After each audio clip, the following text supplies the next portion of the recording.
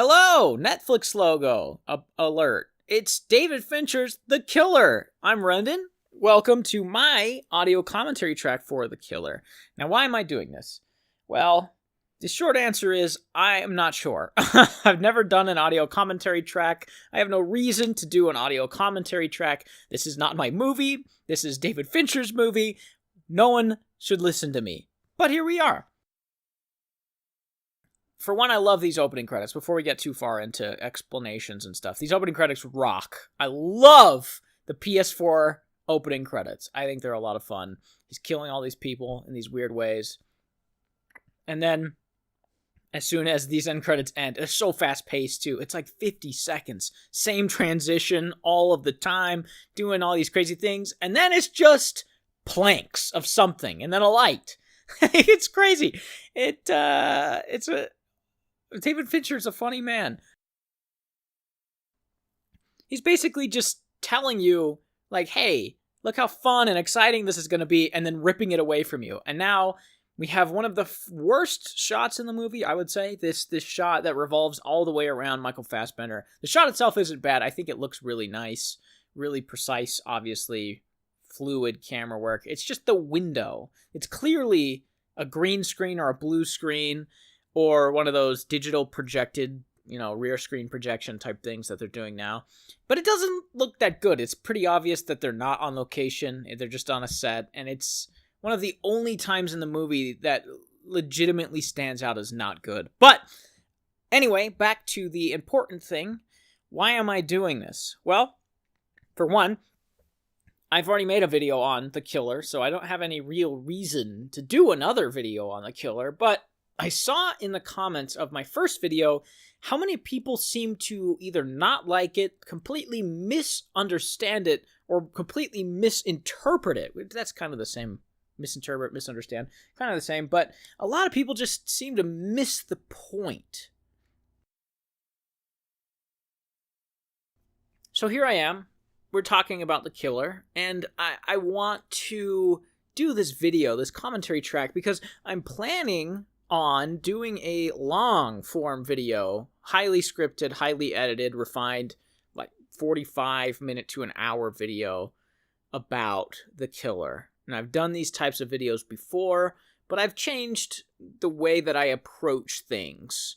And the way that I approach things now is much more detail-oriented. It's much more specific.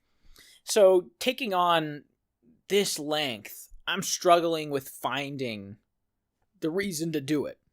Now, you don't need to know any of this, but I'm telling you anyway to explain why I'm doing this audio commentary track. If you want me to do more audio commentary tracks, then I'd be willing to do more. I think this could be fun, because I just love watching movies anyway, and I'll talk to friends about them, talk over them if we've seen them before, so that could be something I'd be willing to do. But the specific reason why I'm doing it for this, and maybe some in the future, is because I don't really know where to go with it. I've already kind of said a piece about it. I want to do a big explaining video about every little thing, make it over an hour long, but working full-time, having a life, doing my usual business, it's going to take a lot of time, and I'm trying to figure out a specific way to approach it that will make it worth the time invested, because just an 8 to 10 minute video right now that I'm pumping out takes more than a week of time, writing, heavily scripting, editing, working the intro out, shooting everything a number of times, different ways, different places, locations, whatever. It takes a lot of time, so I'm trying to figure out the best way to approach this movie. So I thought maybe doing a little commentary track over the film would be an interesting way to find something or some avenue to explore in a way that make it satisfying for me. But here we are. We're already a few minutes in, and Michael Fassbender has done nothing so far, which I love, honestly. A lot of people really don't like this opening. I think it's the best part of the film. We're doing yoga right now, but so far he's basically just sat on a stool, watched some people, and talked about how awesome he is. I mean, I think this is the best part of the movie by far, because it's so straightforward, it's so well done, and it's so easy to understand. If you can hear that creaking, that's my neighbors, so I hope they're not doing anything devious, but they could be. They have a lot of kids running around, so if you hear that, that's what that is. But anyway, I forgot what I was saying there. I was trying to think of what I was saying. This movie is just so specific. And this sequence is so specific. He's doing yoga. He's got the gloves on. All the shots are so specific. Obviously, there's a big chunk of this movie that feels like it's paralleling The Killer with David Fincher. And this opening all but confirms that for me. Right here, it all comes down to preparation, attention to detail, redundancies. That's all what David Fincher is about. He's just so specific with his shots. I listened to a commentary or an interview where he said, if we're having a character pull something out of a fridge and we want to make it look like he's done it 100 times, we might have to shoot the scene 28 times to make it look like he's done it 100 times. And that is the only time when I've heard his like specific style presented to me in a way that really clicked in my brain. It was just so perfectly worded and perfectly said for how I think he approaches this movie, all of his movies. They're just so mannered and specific. If he wants it a certain way, if he wants a character to look comfortable in their habitat, you might have to do a bunch of takes, not just for the character, but maybe for the cameraman to make it more precise or whatever it might be. And that movie, this is just a perfect representation of that. But at the same time, the movie is very sloppy. And the character is very sloppy too. And David seems to be commenting on that specifically here, which we'll get into more later. But one thing I wanted to talk about that I found interesting about the film, the more I've watched it. I've watched this 4, maybe 5 times now, and I absolutely love it, for one. But one thing I found very interesting is the look, the presentation, the actual cinematography. This is, I can't remember his name now, but it's not somebody that Fincher has worked with more than, I think, Cronenworth, who did Girl with a Dragon Tattoo, Gone Girl, and I think a couple others, but the style is similar between the 3 or 4 movies that kind of have this presentation to them, this color grade, this way of shooting. Obviously, a lot of his movies feel the same, but he seems to have gone more digital color grading with his more recent stuff.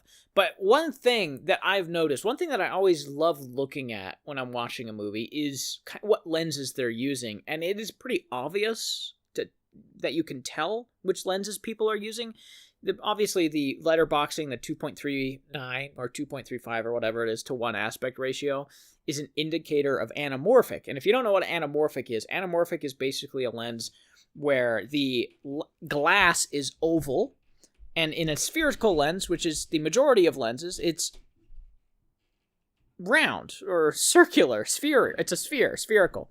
Sorry, it took me a second. My brain just farted. But the key difference is that a spherical lens is going to give you a much taller, more natural. Man, these neighbors are loud today. Just jumping right over my head. Anyway, it's going to give you a more natural presentation. It's going to help to shoot at a taller and wider, more boxy look. And a key indicator of spherical is the background. When it blurs, the bokeh is what it's called. The actual light that comes through something like a tree is going to be a sphere. But if you look at anamorphic stretches an image horizontally. So typically it's a lot tighter, it's more wide than tall, and in the background, the blur is going to be a vertical oval. It's a lot longer, and it's a lot more dreamlike. This movie has the presentation of anamorphic. Wow, they're loud. But it's not anamorphic. David Fincher's done this in his last few movies. He's had shot on spherical lenses that have the presentation of anamorphic. He puts in the lens flares. He did this in Gone Girl as well. He'll put in those, wow, couldn't be louder. He puts in those long blue lens flares that are so key with anamorphic, and he stretches the image or crops the image to give it that aspect ratio that you want for anamorphic. I don't know why he does it, I'll be honest, but it's interesting. and he has it kind of a fisheye type of lens at the corners. It's a wider angle, wider lens. So it's strange. And this is all to say that comparing him to the killer is perfect, because they are so precise. They're both so specific about what they want and how they do it, and the redundancies, as Michael Fassbender says, the process. But there's so many things that are strange and kind of weird about how both of them do their jobs. Michael Fassbender in this opening scene he's like talking himself up the whole time. He's like, I'm the best, I'm awesome, if you guys aren't as cool as me, you can't do this job, I'm so sick. And then he just immediately misfires. He kills the wrong person. And because of that, he has to deal with the repercussions of misfiring. And then it becomes a revenge story. And that's where I think a lot of people get lost, is in that moment where he's the whole first act. I love this scene before I go much further. This scene is great, where he's checking out his gun and then he sees someone coming into the office. I love how he always does this, where he goes from lockdown, omnipotent camera movement into the shaky handheld stuff whenever a character feels uneasy. And that's like I said, it perfectly parallels David and Michael Fassbender. Michael Fassbender here is the specific killer, this really regimented guy. I'm not going to take a shot unless my heartbeat is below 60 BPM. But then somebody comes to the office that he's not expecting, and suddenly the camera's handheld because he's uneasy. That's not part of his plan.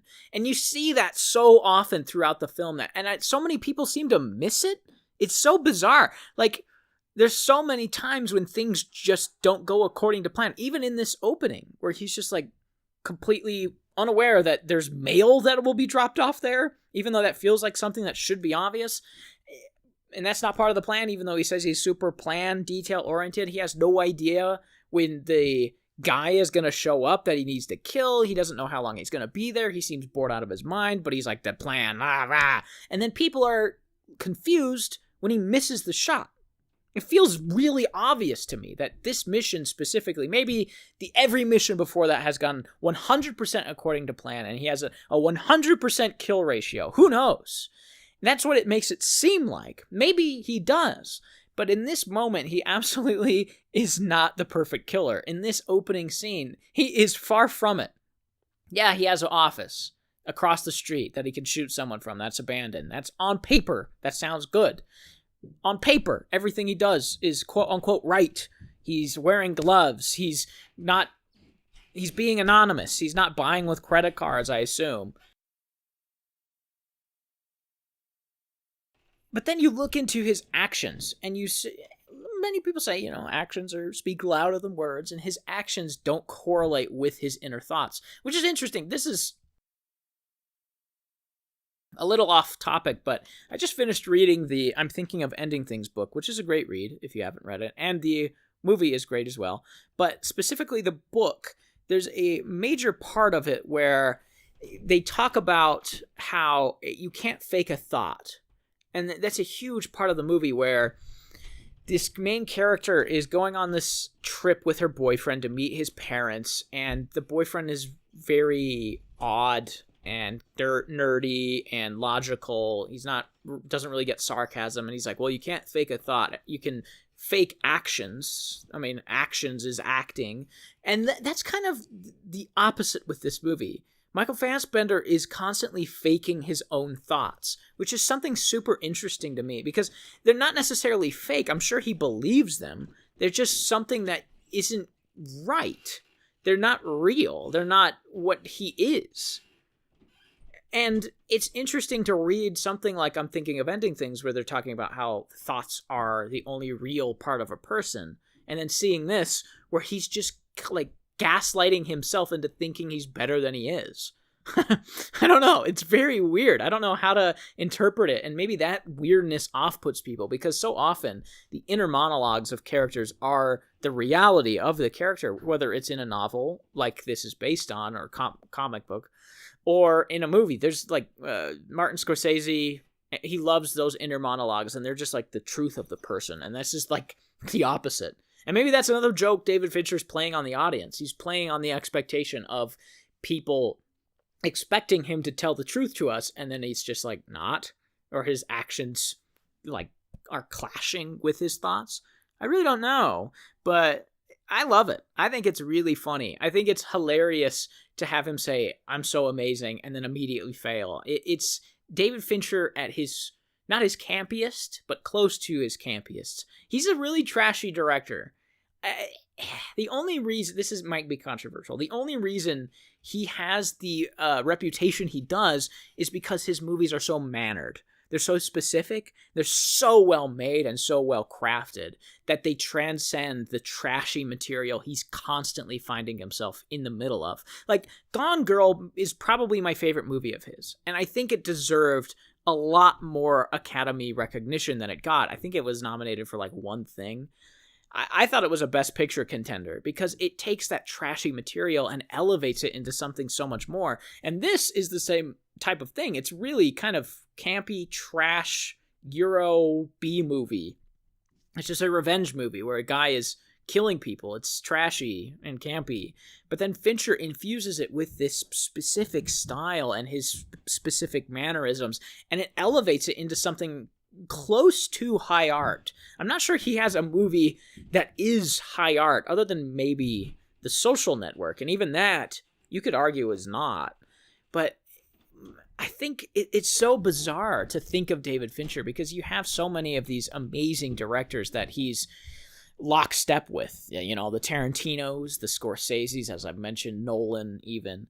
But he has a style that is so much different than all of the other ones, and in a lot of ways so much better. Like, obviously it's subjective whether you like a Fincher movie or like a Scorsese movie, and I would not say that he's better than Scorsese, obviously not, but it's so specific. But every film that Scorsese made or Nolan has made or Tarantino has made has that kind of fine art appeal that Fincher has never been able to grab. And I don't understand it because he elevates his material just in the same ways that these other directors do. I mean, Nolan, almost all of his movies are just genre movies with a Nolan twist to them. Inception's a heist movie that just happens to be twisted into a dream. The Prestige is I guess it's kind of a revenge movie. It's like a pitting against two people movie that's just happened to be musicians. Almost all of his movies have the same type of genre, the high genre to them that you could say is kind of campy. Some of his movies are, like Insomnia. This is definitely kind of trashy.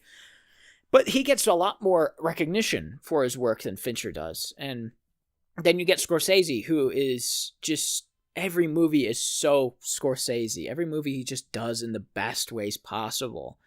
And then you look at Fincher or Tarantino. All of Tarantino movies are like trashy B movies. Every single one. The Hateful Eight is just in a cabin with a bunch of people who don't trust each other that end up blowing each other's heads off. I mean, every movie he makes is trashy and campy, and yet he has way more recognition than Fincher too.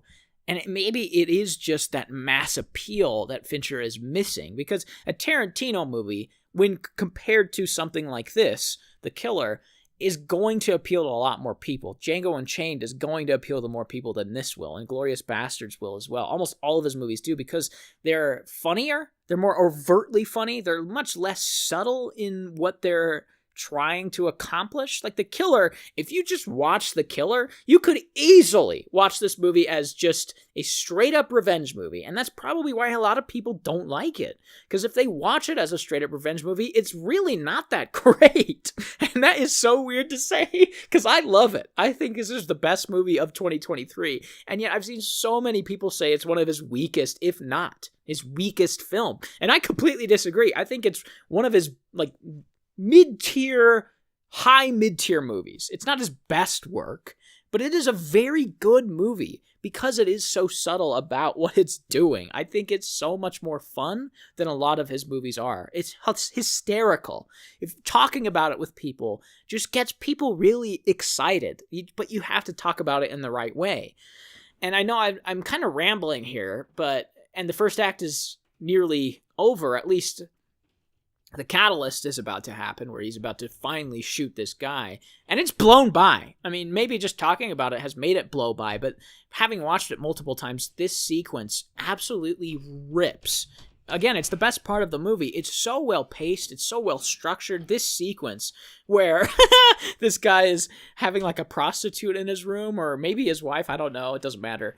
This sequence is so tense. Anticipate, don't improvise. He's like coping. This is his what's it called when you like rub your hands together or like rub your body or cross your arms? What's that called? Like a I guess it's a coping mechanism.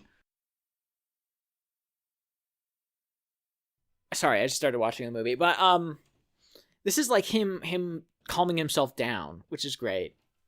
But he's been here for 5 days. I mean, the man is probably on the end of his rope. He doesn't want to be there anymore. He doesn't want to just keep eating McDonald's every meal.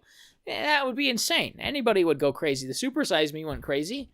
And he's doing less. He's just sitting in a room all day. That would suck. He doesn't even have a cell phone. The man's sitting with a gun in an abandoned room waiting for a guy for 5 days. The man's probably on his last leg, and no wonder he misses this shot here. But this is the catalyst for the rest of the movie. It's not the end of the first act. And maybe you can make the argument that this opening segment is too long, because it's 20 minutes of just him waiting.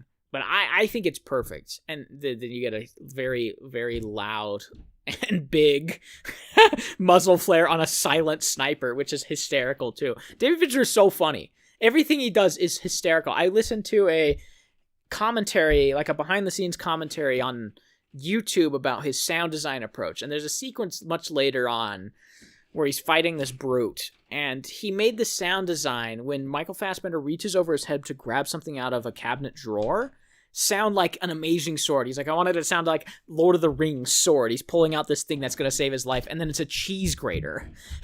And then when he throws it, it just sounds like a cheap, worthless cheese grater. He's just playing with your expectations in every little... Like, he's so specific. He's just a master of making movies, man. Every little thing is so awesome. And you know that every little detail he poured over, too. And that's what I love about it. Because I know for a fact he saw that muzzle flare on the sniper, and he laughed out loud. Because he knows that's stupid. He knows a silent sniper having a muzzle flare that large is insane. And he probably said, make it bigger. Because the man's crazy. But I love him for it. But anyway, the first act, for all those who don't know, and why I say the catalyst and not the end of the first act, because this isn't the end of the first act. A catalyst is typically around the 10 to 12 minute mark of a script that's, 100 pages, 120 pages. That'll be about 2 hours. So a catalyst is what gets the hero into the story. It's usually something that happens to them instead of him doing something. I mean, that can happen too, obviously, but it's typically something that happens to them that forces them to consider going into the story proper. And the actual catalyst here is him missing this shot. A lot of people think that the end of the first act is here, and then we're moving into the story proper, but it's not. I mean, I don't know if many people have said that, but I'm just assuming here that people think that this is when he actually gets home, or when it says part 2, that we're at the end of the first act, but we're really not. The end of part 1 is not the end of the first act. It's like, it's strange. And that's why I say I think you might be able to make the argument that this first 20 minutes is too long, because it doesn't hit that beat properly, but honestly, I don't think it is. I think it's perfect. I think seeing him and David Fincher withholding this first kill for so long just exacerbates the rest of the movie. Because he waited for so long. He did this for so long. He was doing all this process. He was checking his gun. He was getting McDonald's. He was sitting around. And then he misses the shot. I think that is super important for the believability of him missing the shot. Because it is boring. And I think David Fincher, the madman he is intentionally trying to make the audience as bored as he is. And I don't personally think it's boring, because it's so fun to watch a master do his thing. And the sound design is incredible, as I've already hinted at. Every little thing is just so fun to watch. Like I said, I was talking about anamorphic versus spherical for way too long, but that's what this movie makes me think about, just all the process here, and I love that about it. I think it's just so wonderfully put together. This first 20 minutes is brilliant. This whole first act is brilliant. The killing of the girlfriend, though, or not the killing, but the beating of the girlfriend, which we'll get to in a minute. He's washing up right now, which is really funny, because he's like, I gotta wash myself, I gotta ditch all this stuff, look how awesome I am, no one's gonna track me, but there's no way that the police couldn't find his DNA in there and identify him and stop him from flying. But you know what? That doesn't even matter for this movie, because it's not a movie about a police investigation. It's about a killer who messed up. And that's the ultimate thing. This isn't necessary. It is a revenge movie, obviously. And we've seen a million revenge movies. It reminds me a lot of John Wick, because in John Wick, you have the dog that his wife left him, and it's his last piece of his dead wife. So obviously, if the dog gets killed, which it does, it's going to send him into a blind rage. So that makes sense. Obviously, a lot of people kind of made fun of it for being a dog getting killed, which is the culmination or the catalyst for this boogeyman to go murder like a million people. One dog for a million people. Like, it's silly, it's goofy, but it does make sense. The motive is clear, because he loved his wife. He got out of the game for good because of his wife. His dog gets killed. The dog was the last thing she gave him before she died. Like, that makes sense. They set up that really well. And in this, Fincher doesn't do that at all. The girlfriend or wife of Michael Fassbender is literally never seen until she's already beaten up, and not seen again until he finishes the revenge. It's insane. It's actually insane. But I think, again, just like everything in the movie, it's very intentional. I think David Fincher is just super smart about this. He knows that people are probably... I love this moment. Hold on. Hey. That's awesome. That's so funny. He looks at himself and says, hey, that is so funny. I don't know why people don't like this movie. It is hysterical, and Michael Fassbender is incredible. But back to what I was saying, which I'm now losing my train of thought about. Oh, God. Yeah, I lost my train of thought. Whatever. Oh, it was about David Fincher. Oh, wait. He was intentional. Something was intentional. Ah, shit. Let me take a swig of water and see if I remember. Oh, the girlfriend. Right. Water helps people. Brain function. I love that he smashes all his cell phones, too. Like that will matter at all. The girlfriend is not seen or heard of, and she's, a lot of people say, is the actual catalyst for the rest of the story, when that's simply not true. Yes, it is the reason why he ends up going and killing a lot of people, but the actual catalyst is him missing the shot. That's what starts the ball rolling. It isn't the girlfriend being hurt. That is a result of him missing the shot. Yeah, these clouds don't look great either. That CG skyscape didn't look great, but so the girlfriend isn't necessarily as important to this story as that shot being missed is. And I know it's hard to wrap. It was hard to wrap my head around. It's hard to wrap your head around, because so often in these revenge movies, it is a culmination of something happening to somebody and then getting revenge for that somebody. And in this movie, it is, and it definitely isn't. It's hard to describe, and I can see why a lot of people were turned off by it, because you want that reason for his doing all this. You want him to go and kill people for a righteous reason. It's like Taken. You want Liam Neeson to murder everyone because they were child trafficking his daughter. That's a great reason to get the audience on board with your killer main character murdering a bunch of people, just because child trafficking. Like, that's a super easy way to build empathy with this killer guy. And in this movie, Fincher does not do that at all. He doesn't give a flying shit, which is hysterical too. He absolutely knows that is the way to make this movie, is that you have to have something bad happen to him so that you can justify him going and killing people. And he's like, no, we're not doing that. He misses the shot. Then the people that hired him are like, okay, he missed the shot. We're going to rough up his girlfriend. And now he's like, okay, I missed the shot, yeah, but you can't rough up my girlfriend, so I'm going to go rough you up a little bit. It's really bizarre. It's like its own genre in itself. It's so weird and hard to describe unless you've seen it at least once. Multiple times, I think, with This movie and a lot of Fincher's movies is a must, though. And I know a lot of people are not going to watch this. I've seen so many people say that it's genuinely bad and won't rewatch it. But I think everyone should. It really blossoms on a second watch. So many movies do. But it is hard, obviously, to justify seeing something you didn't like again. There's one movie, May, December, I just watched that I'm having that predicament with. A lot of people love May, December. I thought it was okay. And I do feel like I owe it another watch, but I'm just struggling with wanting to see it again. So I get it. If people don't want to watch this again, I get it. Yeah, if you didn't like it, it's going to be hard to justify, but I would implore you to watch it again. That's why maybe that's why I'm doing this commentary, to help people want to see this again. Because I think it is the best movie this year, just for everything it's doing and everything it's not doing. See, okay, Chapter 2, Dominican Republic. It's the end of Act 1! No, it's not. It's actually still the first act, because we haven't actually got the end of Act 1. The end of Act 1 is typically something that is the culmination of everything that happened in the first act leading into the second act. So we had the catalyst, him shooting the girl, and now we have the debate. This is technically the debate portion where he needs to decide to go into the story or be shoved into the story. And the way he gets shoved into the story is by his girlfriend being roughed up. And that's when he goes, I'm going to get you for this. But, yeah, it's weird, man. It's so specific and hard to describe. I'm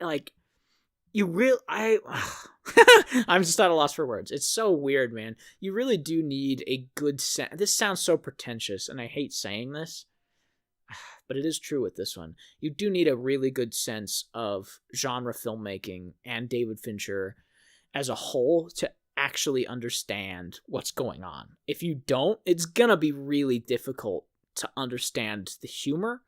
Oh, the headlights there, the blurry headlights. We didn't need to do that, David. That's a little dumb. It's like broad daylight. Whatever.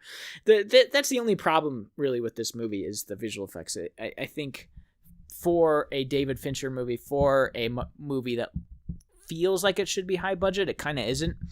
But whatever. What was I saying? Shit. See, this is why I heavily edit things and heavily script things, because I lose my train of thought constantly, and everything I wanted to talk about usually just goes out the goddamn window. Whatever. He's at his house. His girlfriend has been roughed up by Tilda Swinton and some brute guy. Tilda Swinton's awesome in this, and there's a scene later that I'm sure we'll talk about at length, and I'll ramble about that I think is fantastic. But this scene is very interesting too. I love how it's all handheld here, because he's uneasy, he's unstable, he's running up to this house. But this is the one scene where he's going into a place to maybe kill somebody. He doesn't know what's going on, where he's not self-soothing. Soothing, that was the word I was looking for earlier. He's not telling himself, stick to the plan, because this isn't a part of the plan. This is not something he anticipated. He was going to come home, his girlfriend was going to be there, or his wife, and it would all be fine. And this isn't a kill. This isn't a mission. So he wasn't planning on being here. But he's also not self-soothing, which I think is telling. I think this is really telling, because he just freaking blasts in here. He literally sprints in here, doesn't check anything, and is just in this house hoping for the best, which is so often what he does for the rest of the movie. This is a perfect scene to encapsulate who he actually is. Like, he's methodical, he's a killer, he's good at his job, but oftentimes he's just like, I'm gonna freaking run in there and hope for the best, which is really, really weird. Because some of his other plans, some of his other plans are more detailed and specific, but this one's just such an interesting little bit for me. And again, I love the way that David's pacing all these scenes. That's got to be CG, those guys on bikes that Michael Fassbender's riding by. There's no way that they'd have those guys there, but they do look a little rubbery too. I don't know if it's true or not, but considering that they faked him in that opening bit where he's running away from the cops, yeah, I'm sure they would fake those guys too. Anyway, here we go. He's going to meet his girlfriend, and whoever this guy is here now. And he's meeting this girlfriend. So we're meeting two new characters nearly 30 minutes into a movie, which you typically shouldn't do, but here we are doing it because David Fincher knows what he's doing.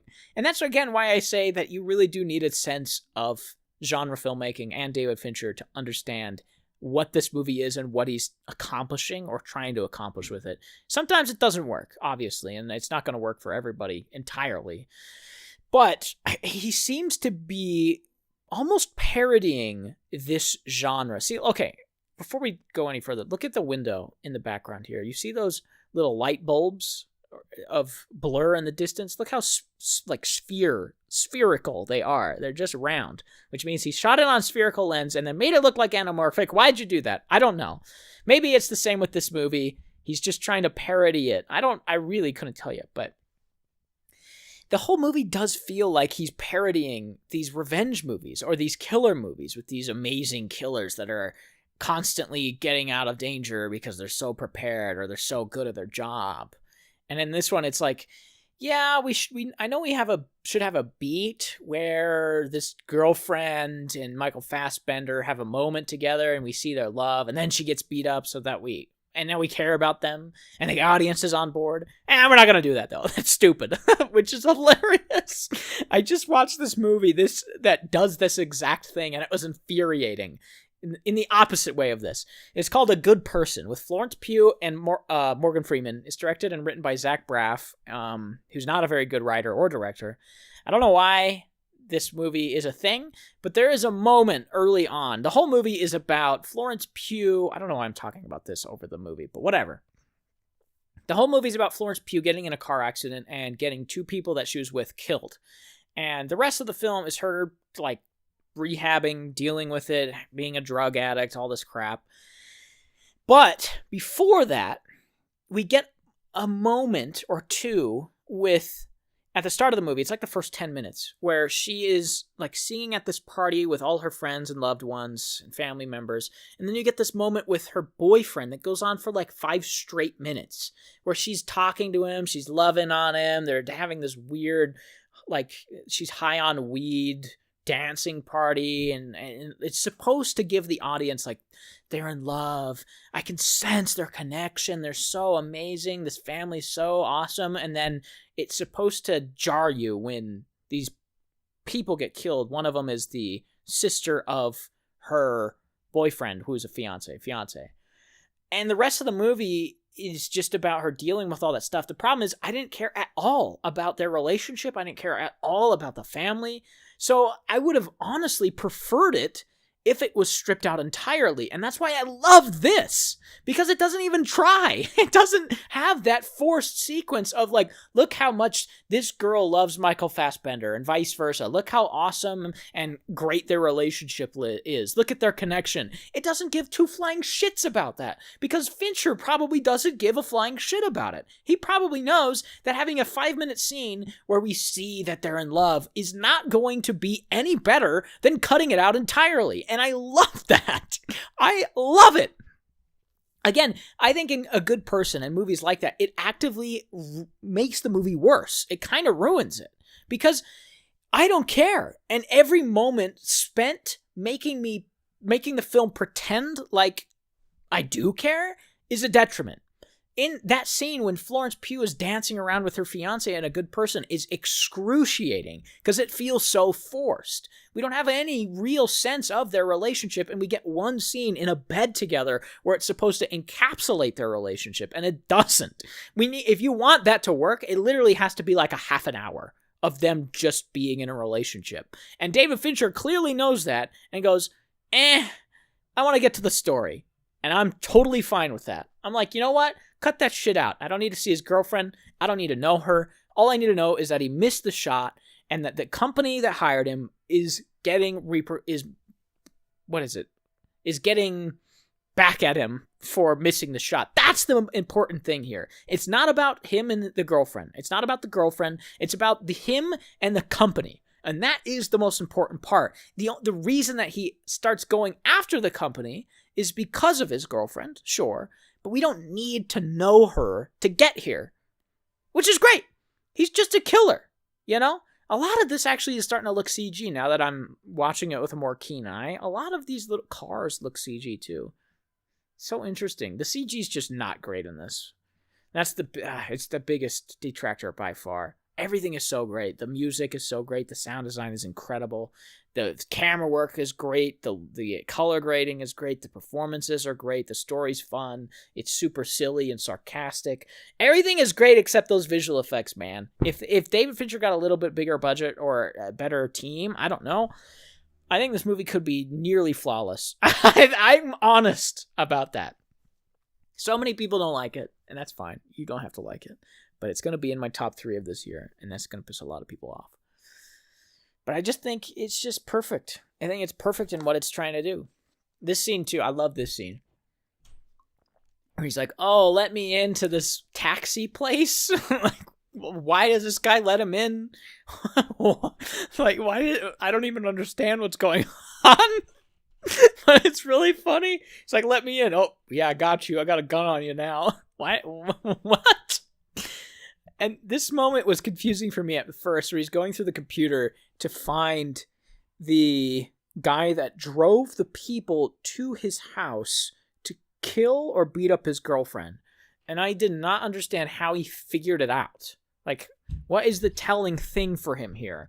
When I first watched it, I had no clue. And I think it's hard to tell still, but I think it's trying to show that he got a really big tip and had to log it in the computer. And Fassbender identified that he got a big tip, probably from the people that beat up his girlfriend. So he's going to go after him now, which is a nice little moment.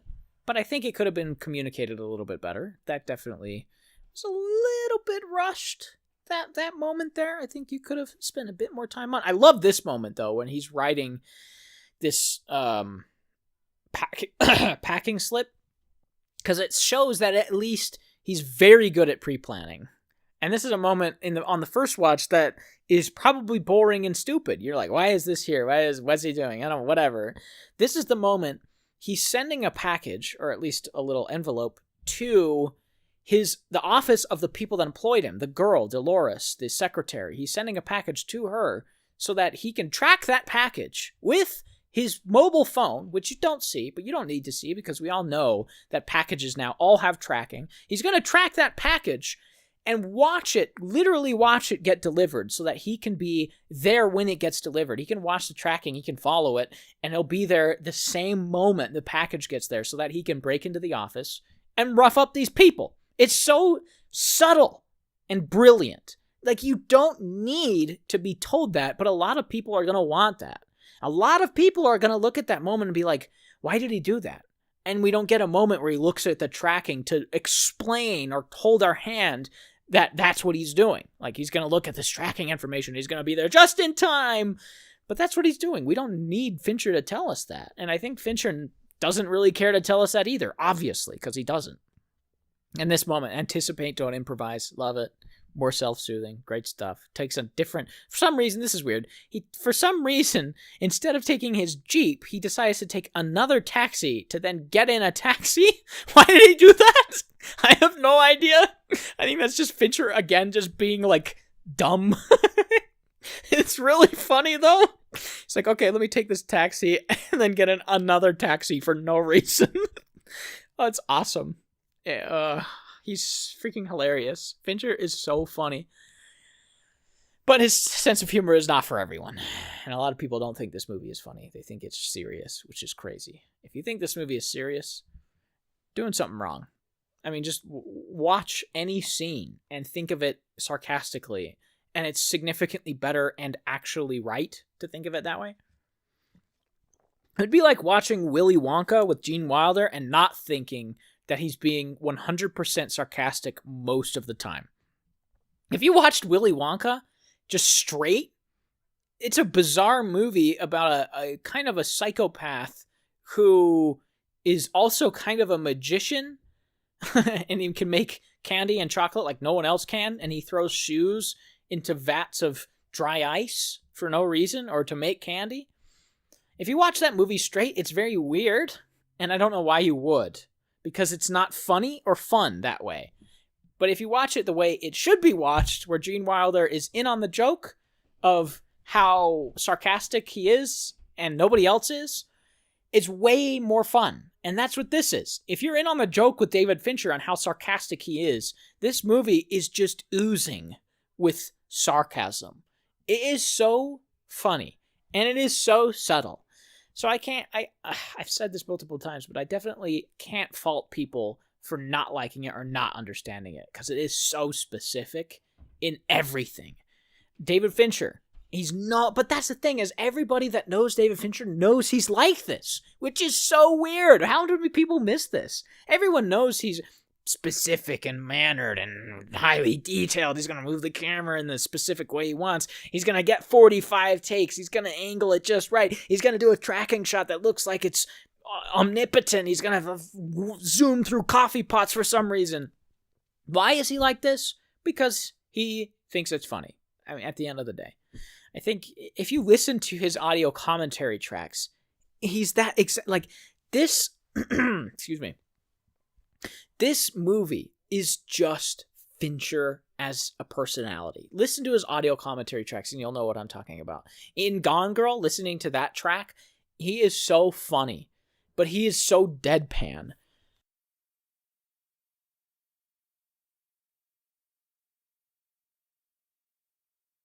If you don't know that, it'd be really easy to write this off as anything but deadpan. But like, there's so many moments in that commentary track, now that I'm thinking about it, that are really funny. But if you don't get it, then you just be like, what? What's he talking about? What the fuck? What's he doing? There's like one moment when he is talking about how unprofessional Ben Affleck is because he don't want to wear a Yankees hat, I think, because he's not a Yankees fan. And he's like really dragging him through the mud. But it's clear that it's all jokes. But he's not making it overt that it's jokes. He's like, he's so unprofessional. He's such a stupid guy. He wouldn't wear this hat. We had to shut down production for so long. That's an awesome kill, by the way. For so long because of him. I can't believe he'd do that. But it's clear that he's just joking around. Like, he's just having fun. Or the moment when Neil Patrick Harris parks the car in Gone Girl, in the commentary track, he's like, everyone talks about how many takes I do. And in that take, it was only take 2. So you can go fuck yourself. And that's so funny. That is so freaking funny. But if you don't know that he does that many takes, you're like, oh, okay, so what? And that's this whole movie. It's like, oh, okay, so what? If you're not in on it, hey, okay, so what?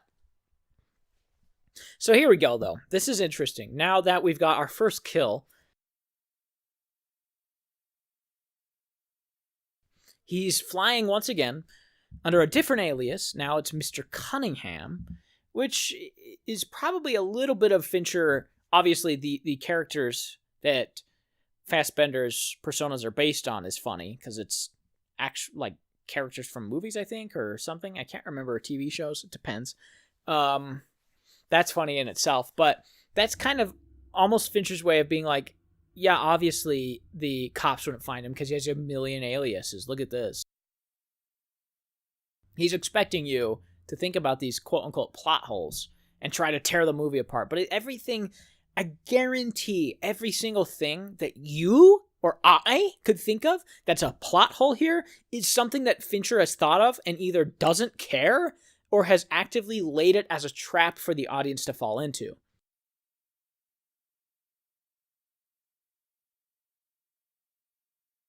There's that moment early in the first act where Fassbender is talking about how you shouldn't leave anything for the elves, I think he says, which is the police or the FBI to come and get his DNA or swab the thing. And there's no way that he could not leave any hair or DNA in that WeWork office. I guarantee that if they scrubbed that office, they would find him everywhere, DNA everywhere. And I'm sure Fincher knows that, which is why that line is in there. Don't leave anything for the elves. He's not wearing a hairnet. He's like kind of wiping things down a little bit, but not really. There's skin cells everywhere. There's hair everywhere. He's not going to not leave something for the elves to find. But Fincher doesn't care at all. Like the girlfriend, that's just a superfluous detail that you don't need. You don't need the girlfriend to show how in love she is with Michael Fassbender and vice versa. You don't need to show that the police are collecting his DNA because that's not the point. The point of this movie isn't that it's a revenge movie based on his love for his girlfriend. It's not a revenge movie for that. And it's not a movie that's a police procedural either. So why would we even want or need to show that? That would just muck things up. So Fincher just cuts all the fat. This is such a lean movie. It's so perfectly orchestrated. He just knows all of these little things that you should do and goes, but we don't need to do it here. If we did all those things, this movie would be 3 hours. And that's just way too much time. So what do we do instead? Just cut all of that out. No police, no girlfriend, no motivation with between the two, no nothing like that. It's just a killer killing people because they slighted him. And it's not even specifically because they slighted him because of his girlfriend. It's just they slighted him. It wouldn't even matter that it was his girlfriend. If you went to that house and the house was busted up, without the girlfriend there, he probably would have had the same reaction, I would think. Because he's just like, hey, you slighted me. I'm going to come get you now.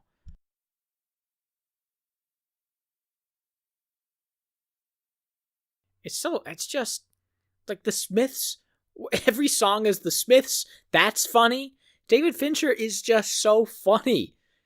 How did people not get this? The second song that the Smiths, the first, what am I trying to say? By the second time we hear the Smiths play, you should get that is stupid. Like, yeah, Fincher's like, let's just blast the Smiths the whole time. That's funny. This guy, this like antisocial, isolated killer guy is just listening to the Smiths all the time. That's hysterical. That's something that you would talk about with a coworker. Like, oh man, Ted Bundy probably listened to the Smiths all the time and nothing else. That's what David Fincher's doing here, and people are treating it like it's a negative? What?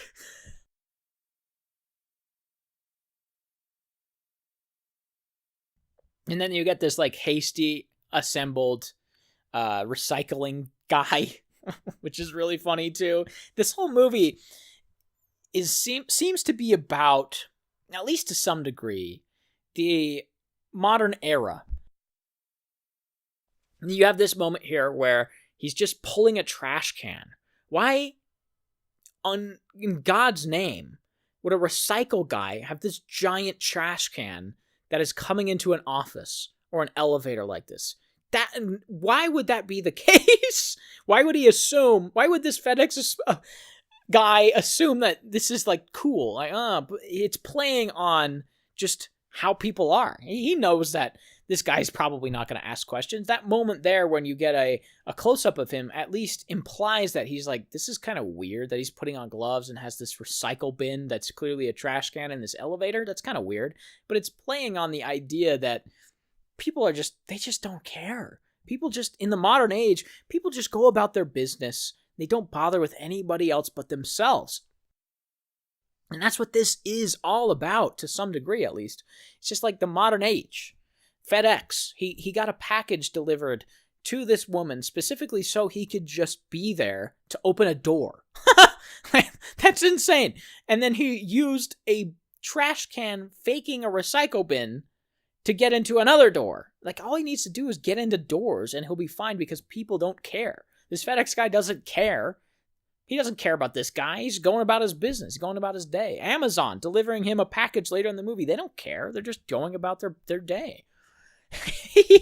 It's really funny, and it's a really interesting takedown of the modern age. He can get in wherever he wants just by wheeling a garbage can around, and nobody questions it just because he's like, oh yeah, I have this garbage can.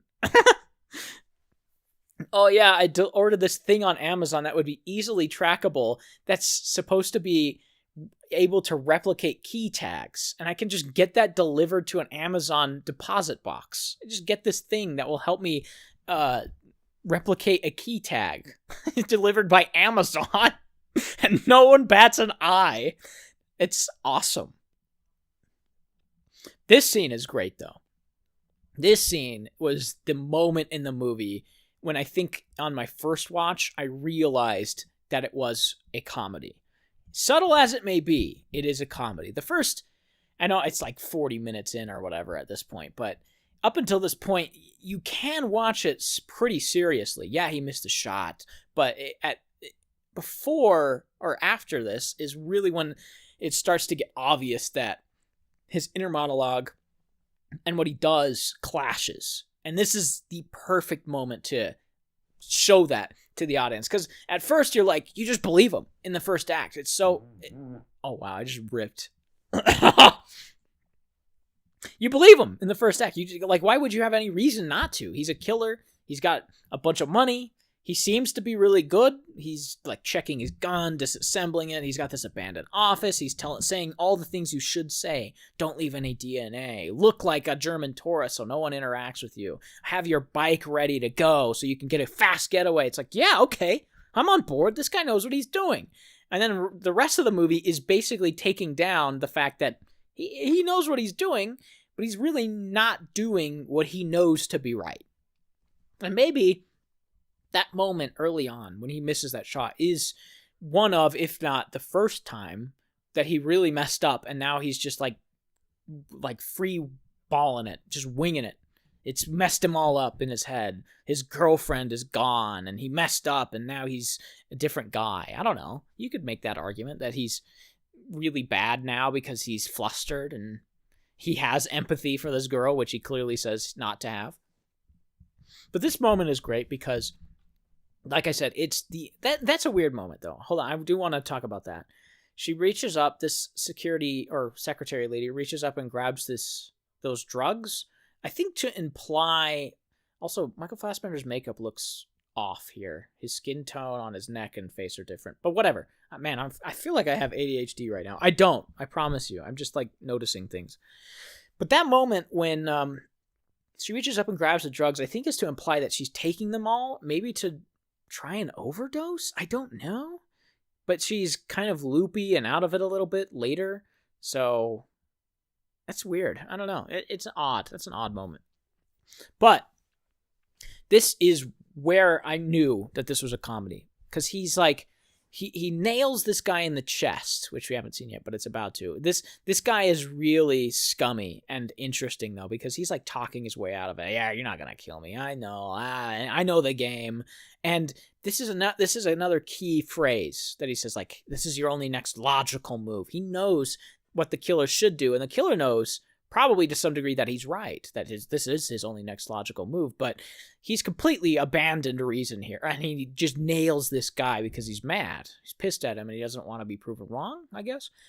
And I love this moment because he's like, he's got this amount of time before he dies, and then he just dies immediately, which is really funny. He puts the phone down, like, I can call 911 as soon as you tell me what's up.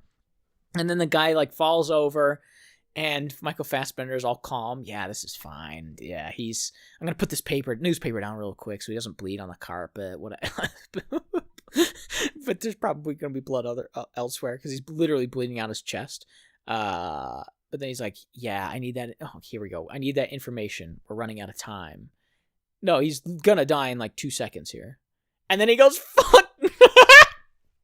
It's so funny. Middle-aged non-smoker, about 180 pounds, knows all this stuff. Wow, look how awesome he is at his job. Should last 6 to 7 minutes. Nope, he's just dead. And that look, oh shit. That look Fassbender gives where he's like, nope, he's dead, is hysterical. How could you not think this is a comedy? That is so funny. Oh yeah, he'll last 6 to 7 minutes. Nope, he's already dead. He died in 10 seconds. It's so funny. And then he comes back to get the secretary, and she's only taken some pills, not all of them, so maybe she didn't have the balls to go through with it, I guess. It's very odd. Very odd. I don't know quite what the point of that pill moment was. But she gives him the names he needs, and he can continue his job. This is one thing, again, on a first watch that I wasn't super clear about. And this is why I think you should watch this more than once, at least twice. Because there are so many moments that are so subtle that it's difficult to get a handle on the first time. Like I said, the moment when he sends that package to Dolores here, the secretary, is so subtle what he's doing. And unless you really think about it, he's using this package and the inevitable tracking he'll get from it to perfectly time when he's being there, you wouldn't understand that without really committing to thinking about it. because it doesn't hold your hand at all. It doesn't show you that, doesn't tell you that at all. It's just something I'm assuming, and I think that's just correct because of the way he's at least forward thinking how to get in here. He's definitely not prepared to nail a guy in the chest because he has no idea how long it will take to kill him, but he at least had a plan to get in. Oh, and there she goes. She passes out. Forgot what I was saying. Of course I did.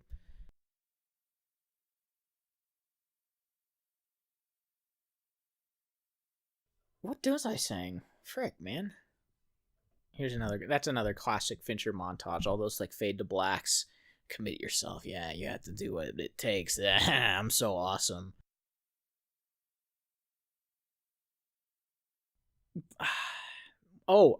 One thing. This is what I was saying. The one thing that wasn't super clear is something that's going to happen a little later. There's two main people that go and rough up his girlfriend, right? The Tilda Swinton, which we'll see later, and a Brute, which we'll see later. Those two people, and those are the people, that's funny. Those two people are the people that I thought were it. And this is probably just me being stupid and missing things, but the third guy that the last 10 minutes is devoted to, I was so confused about. I was like, who is this guy? Why is he going after him? He didn't kill these people. He's like a donor, or he paid money for a job or something. Did he pay them, the two people that killed Michael Fassbender or his girlfriend? I was so lost. But no, we get this moment here where he goes to her house, which is hysterical, which happens a little later, and we can talk about that in a minute. But he goes to her house and he gets the names, the addresses of the two people that killed or beat up. I keep saying killed. It's clearly not killed. They beat up his girlfriend. And then there was the third person. And come to find out through either my own stupidity or just missing it entirely that third guy was the guy who hired this company to hire Michael Fassbender to kill the Senate guy, or the politician guy, or whoever he was at the start of the movie. The guy that Michael Fassbender missed. That is the guy who was hired to kill the guy.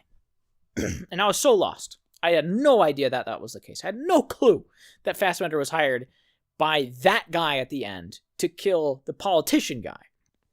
So it made a lot more sense on the second watch. I was like, oh, okay. So he's going to cut the head off the snake. He killed the guys at the company. He killed the people that roughed up his girlfriend. And now he's going to kill the guy that did the job, hired or spent the money to do the job in the first place. And the reason why Michael Fassbender does what he does at the end makes so much more sense. On a first watch, I was like, oh, a little unsatisfying, interesting. But a second watch, I was like, oh, okay, I get it. But here is another interesting thing that will help peel back some of the layers of Michael Fassbender's character, the killer here. He gets the subcontractor's information from this secretary lady, and then he snaps her neck, which I shouldn't laugh at, but he does in a moment. It happens in like 2 minutes here, or a minute. He snaps her neck, and she falls down the stairs and dies, and he just leaves her there, which is confusing at first. But you have to go back 2 scenes, I believe, the driving scene, and then back to when she's begging for her life. She begs for her life, and what does she say? She says, you can kill me, but I think she says something to the effect of, you can kill me, but my family needs my life insurance. So this is him being nice, which is so funny. He snaps her neck and then watches her fall down the stairs, kind of making it look like an accident, which he talks about at the beginning, like, when was my last drowning? Whoa. But he makes this look like an accident to some degree. He snaps her neck, pushes her down the stairs, and leaves her in her house to die. So that, the people that find her family or police or whoever, will go, oh, this is an accident. Here's the life insurance for her. So this is him being nice, which is so funny. He snaps this woman's neck so her family can cash her life insurance, but she's gotta die because she was in on it too. So freaking funny. How did people miss this? And then, of course, he has to dispose of the other guy from the company here in this recycle bin. But it's hysterical. Like, that's awesome. That's an awesome little touch that he snapped that woman's neck so that she could get life insurance. So clearly he has empathy for people. Clearly he's not as robotic and horrible as he tells himself he is.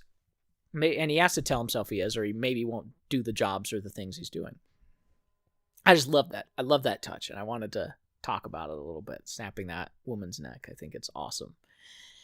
There's so many. I mean, it's just so great. Every little touch that Fincher gives to this movie is so specific and awesome. And it's subtle, too. Like I said, that is such a... There's so many little subtle things, and that is just another one. Like, on a first watch, I was like, oh, he snapped her neck. I thought that he had maybe put her into this bin, the recycle bin, as well. I don't know how he would have done it, but I was like, okay, maybe he loaded her or chopped her up. And like in this bucket here, he's like, I need to get rid of evidence. Maybe he put her head in there. I don't know. In the first watch, I was like, yeah, he chopped her up. He chopped them both up and put them in these bins, and then he's just going to go bury it or dump it off to the side here. But no, he doesn't. I don't think he does. I think he left her there so that her family could collect life insurance, which is him not following the plan and not having empathy. So, yeah, a little touch, a little character flourish there. We understand him a little bit better by doing that.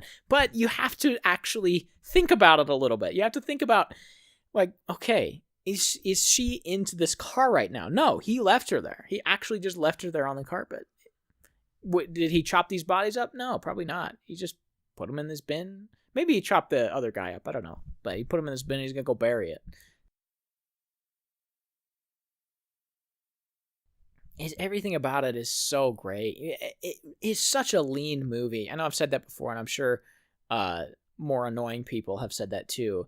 And I'm trying not to be annoying here, but it is such a lean movie. That every little thing that doesn't need to be here is not. It's great. I could talk about that endlessly. And I love so many of these shots too, and how like this shot of him just taking the license plate off. Nice little touch. Yeah, I'm just gonna take this license plate and throw it away here, whatever. And it's so perfectly framed too. And apparently some of these sequences were shot on like one of those 180 or 360 rear screen projection type things, which is great. I think it looks really good. I wouldn't have known. Rear screen projection back from like 60s, 70s, 80s, where they just would have a projector project a backdrop on a screen. Doesn't look great, doesn't hold up very well. You can see one really bad instance in a Stanley Kubrick movie, who I think is the best director ever, but he does that in Eyes Wide Shut. He has Tom Cruise on a treadmill walking in front of a rear screen projection. It looks horrible. The only time that you can maybe get away with it is in a car, because, it doesn't really matter. A projection on the background usually can look about right.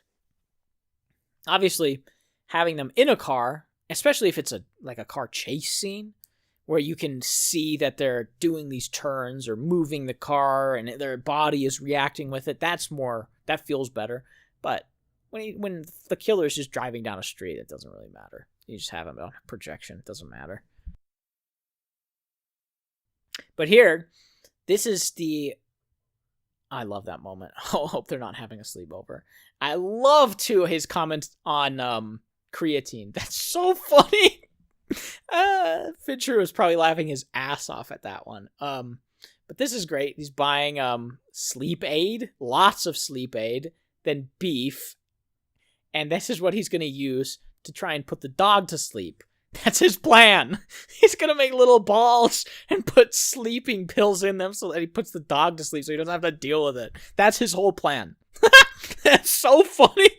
His entire plan is just to wait until the brute is alone and put the dog to sleep with some sleeping pills and just shoot him with a gun. Who knows? He doesn't have a plan beyond that. And then need help, please call police. That's awesome too. It's just so great. Anybody that thinks he, right now at least, is this mannered, amazing killer is just missing the point. I mean, Fincher couldn't be more overt with there's so many things. Obviously, he's overt in the way that Fincher is, and not in the way Tarantino is. Tarantino not being subtle is showing a guy's head being turned into mashed potatoes. Fincher's way of not being subtle is by having him going and buying sleeping pills and ground beef at a grocery store. Or putting need help, call police in a killer's car. But this next fight scene with the Brute is the best scene in the movie and possibly the best fight sequence I've seen in a movie this year. And it isn't just because the actual like choreography is good. I think one thing that really is impressive about it is the production design and the sound design of it. And we can talk about it more as we get there. Here's my favorite creatine line when these guys are going into this casino and they're all like souped up, testosterone bros. Maybe a mandatory 30-day creatine waiting period's not a bad idea. That's hilarious. And then of course, Fincher, being the guy he is, has Fassbender saying that line and then immediately having sound of those three dudes laughing. Obviously, they're not laughing at him, but Fincher is putting that there because he knows that that is a funny line and he thinks it's funny, so he's going to have those guys laughing as a kind of second way of saying that this is funny. Like, that is hysterical. Let's put a sound of people laughing after I say this really funny line. Like, what are you doing, Fincher? Come on, man. It can't be that obvious. Oh, it's great. It's great. Nobody makes movies like him. They really don't. I mean, I think Mank might be his weakest film, but even that one has some really strong moments and really great performances. That one is probably his least trashy movie he's ever made, though. Which I guess is fitting because that was the movie that his dad wrote.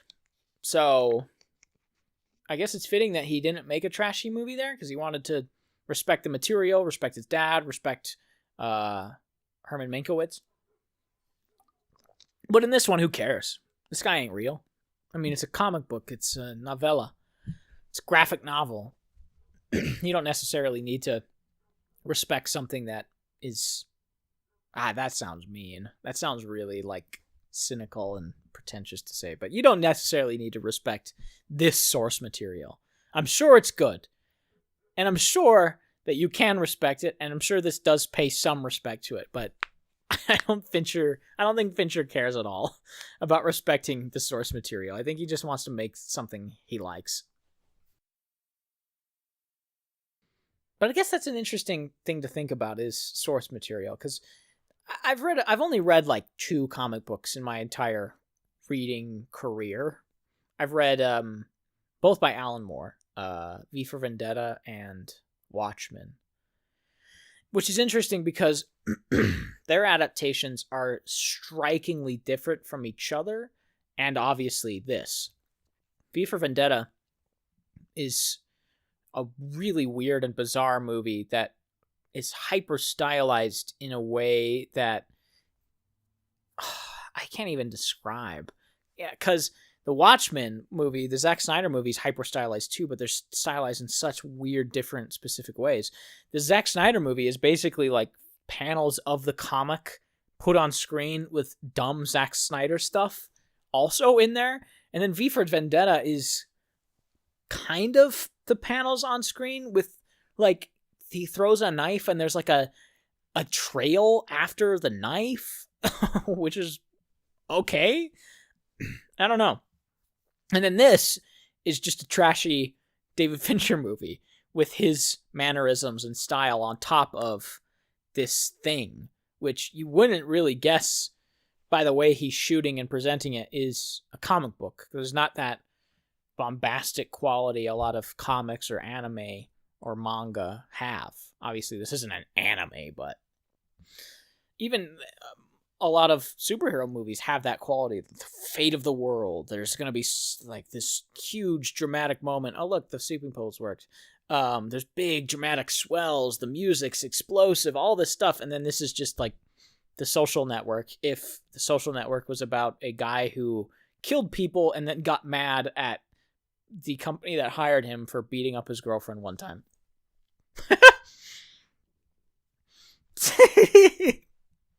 I love it, man.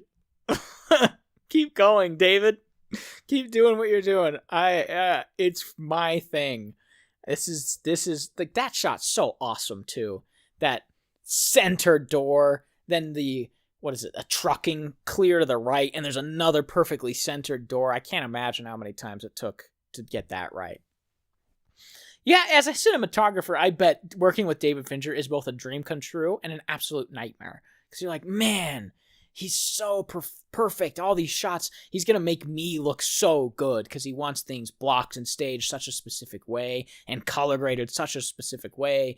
And then you get on set and he's like, take 65, marker. And I would just want to blow my head off. But this is great. This is the strongest scene in the movie. Obviously from a actual, like, good scene perspective, but also there's a little bit of an undercurrent of sarcasm here to start it, at least. Where he's literally saying, stick to your plan. He's going through his self-soothing techniques here. Don't improvise. Anticipate.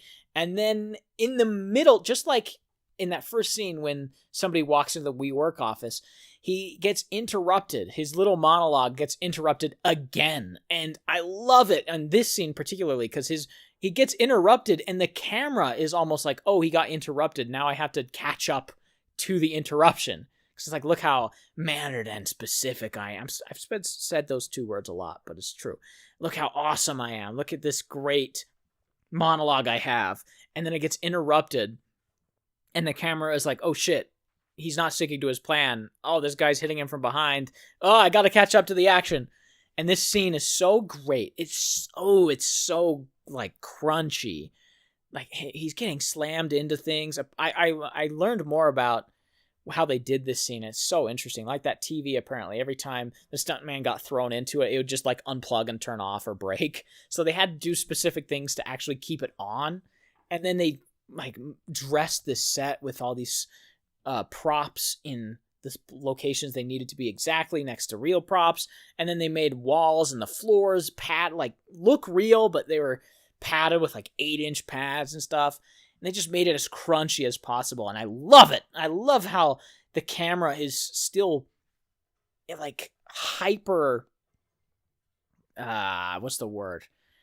Hyper detail. It's still detail oriented. Every shot, every cut here is so great, but it's manic. It has this energy to it that is palpable in the camera movement. The scene has so much energy that the camera can't handle it. It's shaking. If every moment is just David Fincher flexing on me, it feels like. It's like, yeah, you like that? Watch this. I'm going to have them smash through this table and it'll have 3 cuts in it and it'll look amazing. Nobody's doing stuff like this. And now I'm just watching the scene because it's awesome. But look at that shot. It's just one lockdown shot where they're just like wrestling each other. And the camera's so slowly moving backwards to reveal this fire poker that he's reaching for.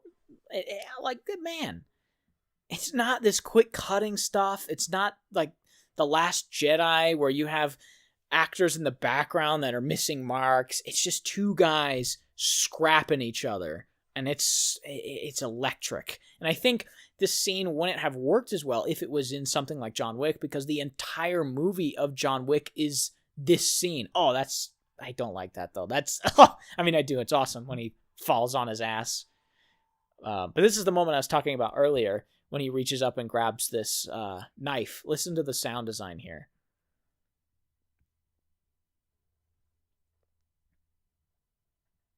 And then it's just like a cheese grater. It's like a sword. Shing! And then he tosses it and it sounds cheap and pathetic. It's like a $1 piece of shit. It's so great, man. Sound design is amazing in this. It really is. It's the best part of the movie. I don't remember what I was saying before that. I was just getting wrapped up in the sound design. But it's like the 3rd time that's happened where I just got... I wanted to point something out and lost my train of thought. Oh, John Wick. We've mentioned John Wick before because this is a revenge movie, and John Wick is a revenge movie, and it's about 2 very good killers. The difference is, this is a parody of John Wick, And that's very clear not only in how it's presented and executed, as we've talked about at length now, but because of scenes like this, where, oh wow, it's just brutal, where he's just like brutally murdering this guy. In John Wick, there are so many sequences of fist fights, gun fights, all of this stuff where John Wick is immortal, almost untouchable. He fights like 30 people at a time in the new John Wick, and he barely gets any scrapes on him. In this fight scene, watch how Michael Fassbender walks away from this fight. The dog's obviously on him, and he's grabbing. Look at his face! He's like grabbing that Molotov cocktail, and he's like in agony. He's just bending down, hurts. CG fire. But watch how he walks away here. Look at him! He's like, oh, he's in actual pain. And Michael Fassbender sells it so well. Look at him! It's so funny! He's like, okay, I can't show weakness. My ribs are broken. My ankle is probably broken. And I'm just gonna walk away because I'm a badass. It's hysterical. But in John Wick, he just fought one guy. Michael Fassbender fought one guy, and he's like, he's 1 foot in a grave.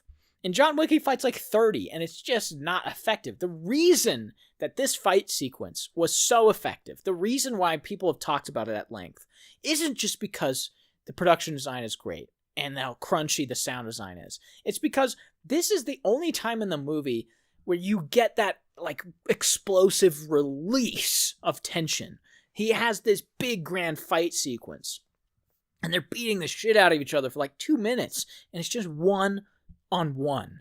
And in a movie like John Wick, it's constant. It's never ending. And look, this is another great moment. We can parallel the 2 flights he's taken. One where he's hyper aware of this one guy who probably had nothing to do with anything, and he thought that he was following him, and he's so on edge and anxious. And then in this flight, he's like given up caring. He's fast asleep. He's not following his plan at all. He's not watching his back. He's just like, whatever, I'll take this public train. I'll fall asleep on the plane. I don't care anymore. That's awesome. Showing some interesting character developing. But back to John Wick. I think a reason why those movies started to feel tired, at least for me, is because they just don't stop, man. From almost the first frame, it's just non-stop fighting, non-stop fist fights and action, and it feels like nothing at a certain point. After, in Taken as well, we've talked about Taken, but after like the 5th person that our main character kills, you just kind of get jaded to it. You just kind of feel like, all right, every time you kill someone, you go, all right. It's not visceral anymore. And that moment when he kills this brute is visceral because he's killed, 1, 2, 3 people now? One in a hilarious, loud sniper shot with the big muzzle flash. One in the office with the nail gun. And, 4 now, I guess. One where he snapped the lady's neck, and then that fist fight. All the other ones are, and I love that he's taking Advil there. He's taking a leave. He's in such freaking agony. Going to Tilda Swinton's house, staking her out. He has no plan anymore. He doesn't care. He's just going to their address. He doesn't care at all. That's so funny. He's just going to their house now. He doesn't care. With no plan. At least with the dog, he had, like, sleeping pills. He has nothing. He just has pain reliever for himself. But anyway, the reason that fight scene works so well is because it's the only time in the movie where it's like these 2 people are actively fighting each other. And Fassbender could lose. He's outmatched by this guy. This guy's huge. And he's just using everything in the house to try and get a leg up. This bottle he smashes on him, that fire poker, that leg of the table. He's using everything in his arsenal to try and beat this guy. And you can feel as an audience member that he is both being outplayed because the guy is just bigger and better at fist fighting than him. And this is the only time we get that moment of fist fighting. So we have so many other moments of him doing these other things, which those title cards show to some degree that he's going to do all these other things. He's sniped somebody, broken someone's neck, nail gunned, shot somebody after a crazy fist fight. That's 4 different, very unique ways of killing people and every single one has felt different. The fist fight, though, is the one that you expect. And this is another thing I think David Fincher is parodying about these revenge movies, is the expectation you get when going into them. There's another movie called Pig with Nicolas Cage. That movie is set up like a revenge movie too. He has this truffle pig. He's out in the wild. The truffle pig gets stolen. He's going to go get the pig back. And at first, much like this movie, you think he's going to just murder everybody to get his pig back. But he doesn't. He just talks to people. And it's parodying or deconstructing that genre. This is another great moment, though. I'm trying not to miss moments I want to talk about, okay? Give me a break here. If I lose my train of thought, I'll get it back, all right? But this moment is important because he doesn't choose the easy way out. He could just shoot Tilda Swinton in her car and in a drive-by fashion, but he decides to go to the restaurant to confront her in public with a lot of people who see him. And that's important, and we can talk about that in a minute. But back to Pig, which is he just talks to people. He just goes around and talks to people. He doesn't get his pig back, but you expect it. You expect him to go and kill people, and then it doesn't do that. It takes your expectations and turns them on their head, and a lot of people don't like that because they want their expectations to be met. So if you don't change that thought process, you're going to be disappointed with something like Pig. You're going to be disappointed with something like this, because there's only one time in this movie where you get your expectations met, where he has these elaborate fist fights and he murders this guy. That's what you would expect the whole movie to be like. You expect it to be like John Wick, where the whole movie is fist fights, gun fights. Like there's like 10 minutes of just sitting around and talking. Whereas Pig, that's the whole movie, is the sitting around and talking. And that's pretty much this whole movie, is just the sitting around and process part of it. But this is such a different character than Pig or John Wick. John Wick is just the faceless hero who murders people. Like, he's not a character, really. He's just a guy who can shoot people really good. This is an interesting character, though. This is a genuinely interesting character study that you have to put in a lot of effort to understand. And this is a key moment to understand him, this whole sequence with Tilda Swinton. Obviously, we've talked a lot about how the progression of this character has changed throughout the movie. In the first scene, he's all about the process, He misses. Then he's going to go after the company, and he has this a kind of elaborate plan to get the taxi driver. Then he sends a package to get to this building, to get them into a room so that he can nail somebody, to get the identities of the subcontractors. Such an elaborate plan. And then he goes to one of their houses and he's got this plan to sedate the dog, and that's it. And then he goes to Tilda Swinton and just shows up in a restaurant. No plan, no nothing. He's just going to sit there and chat with her. It's perfect in how it's slowly developing this character into like who he actually is versus who he thought he was. He thinks he's something more than he was. At the start, that's clear. He thinks he's this perfect killer. He thinks he has no empathy. He thinks he's one of the few, taking advantage of the many, as he says. But he's clearly not. He's clearly one of the many who just happens to be in a position where he could be one of the few, but he isn't. And this is a perfect moment to describe that, because Tilda Swinton is clearly one of the few. Super rich. This restaurant loves her. The chef knows her by name. They bring out things that she can taste specifically for the menu. They bring out this like whiskey selection or wine or something, and he doesn't partake in any of it. And that's a perfect encapsulation of who he is.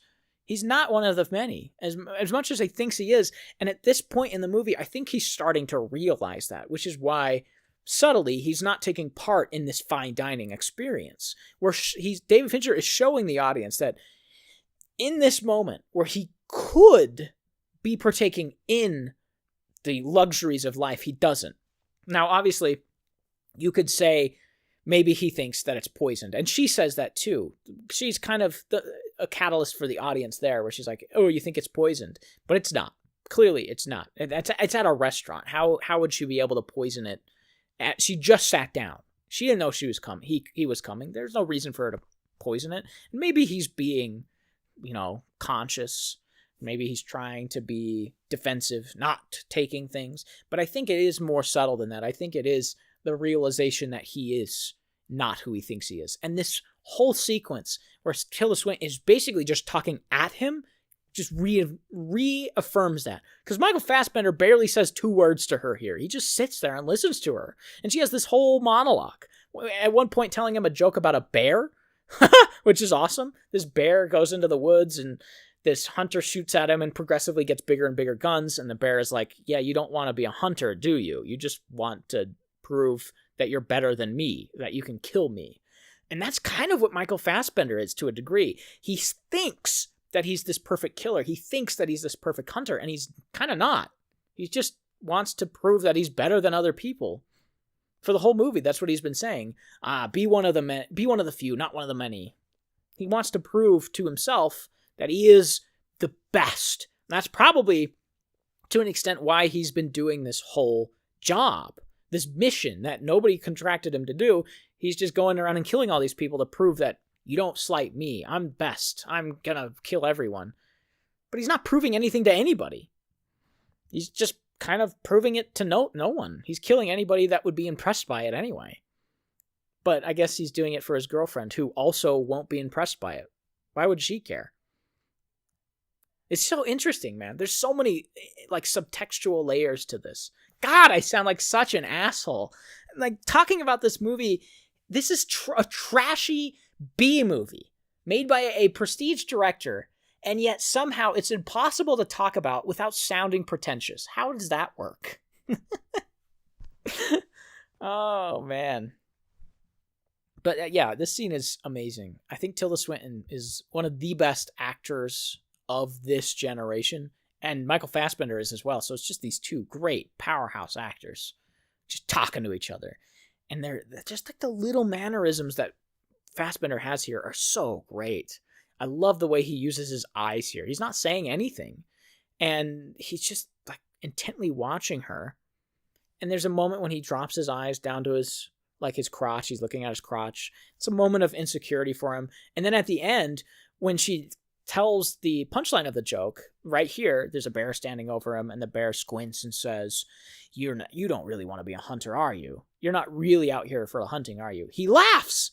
He actually sympathizes, and he understands her in that moment. He laughs really subtly, looks down, looks back up, and suddenly his perception of her has changed, which is interesting because throughout the whole movie, he's given all of his victims a chance to prove that they shouldn't die, which is another really subtle thing that's happening here. Every single one that he has killed, he has given them the opportunity to talk their way out of it. Every single one. And that's something that no one talks about with this. And that's one of the most important aspects of it by and large, especially at the end, because he goes to the contractor's office. The guy there gets himself killed, nailed in the chest, because he is like, I'm better than you. What did you expect? You shouldn't have gone home. You're the idiot here. You are asking for this. Boom, he gets killed because Michael Fassbender's like, well, okay, you're admitted to doing this job. You've admitted to beating up my girlfriend, or at least having a part in it, and you have no remorse at all. I'm going to kill you. And then the secretary, he doesn't kill immediately. In fact, he kills her in a way that is sympathetic. He kills her in a way where her family is going to be at least well off, way more well off than they would have been if he killed her in the way that he killed the other guy. So he's having empathy for her because he knows that, yes, she had a hand in the beating up of his girlfriend. Yes, she had a hand in this mission that failed. So she needs to die. She's a loose end. She knows too much. But he's nice enough to at least give the family something for it.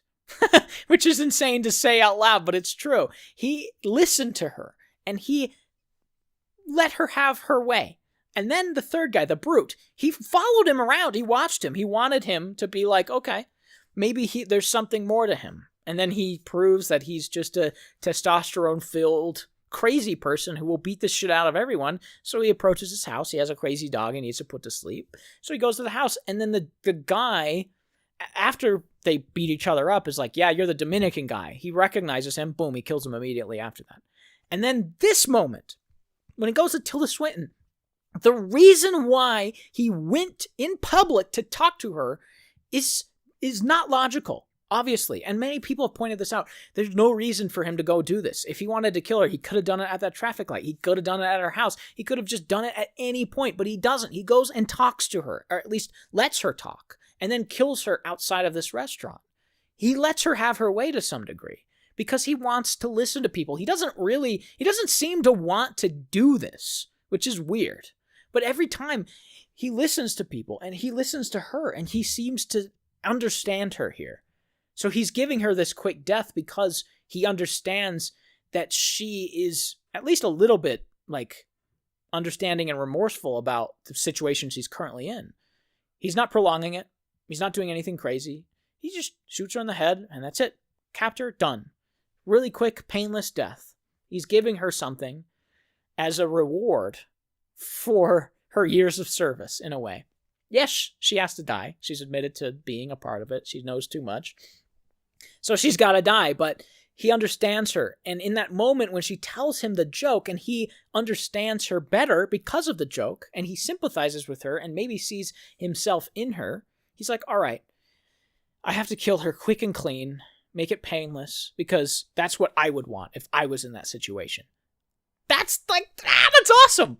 I love that. I'm freaking gonna fangirl about it. And then this, Chapter 6, Chicago the Client, is when we really get that moment of understanding the subtlety of the movie and the subtlety of him going to everybody's place. There's so many opportunities to murder this guy. He could have easily killed him many times before approaching him at the end, but he doesn't. At the end, he has this big plan to get into the building. This is the only other time where he has a big elaborate plan. Everything up until now has been descending in the plan. It's like, I'm just going to show up to Tilda Swinton's house. Who cares? Fuck it. And then he goes into a public restaurant and shows his face to all these people who would be eyewitnesses to identify him. Bad idea. He doesn't care anymore. He just wants to be over. Then there's this client guy who's super rich, which means it's going to take a little bit more to get to him, right? Well, not really, because he's right there. You could have just killed him if you wanted to. But he's going to do all these things. He's going to get this key tag to get into the building, to get in the elevator, to go up to his flat, to approach him. He's going to go to the gym, find out what gym he goes to so that he can approach him because he wants to talk. He wants to hear this guy out. Every single time he's done this. Yes, it's not logical. Yes, it's stupid to some degree. But every single time he wants people to prove their worth to him. And that's something he tells himself he doesn't do. He doesn't have empathy for people, but in every moment he has. He just does the job that he's paid to do, but he hasn't done that. And I love that. I think that really is telling for this guy's character.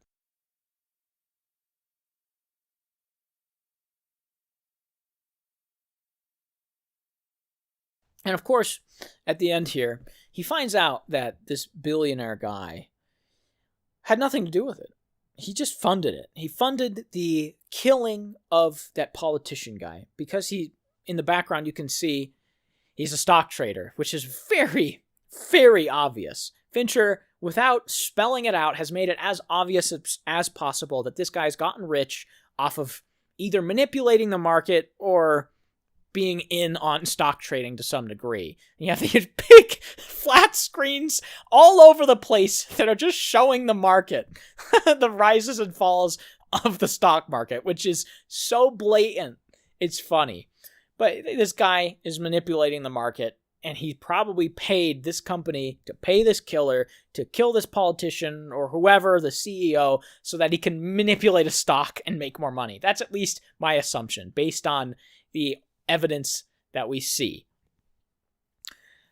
And so he gets there, and this is an interesting moment, though, where he's withdrawing this money. So he's basically, this is like him saying, I'm out of the game for good. He's transferring his money from this bank to a Caribbean account, and this is going to probably be his last time he's withdrawing this money, because he's done. This is like the last thing he's doing is killing this billionaire. So not only is this chapter him going to confront this billionaire, but it's also showing that he is wrapping up his career here. He's done.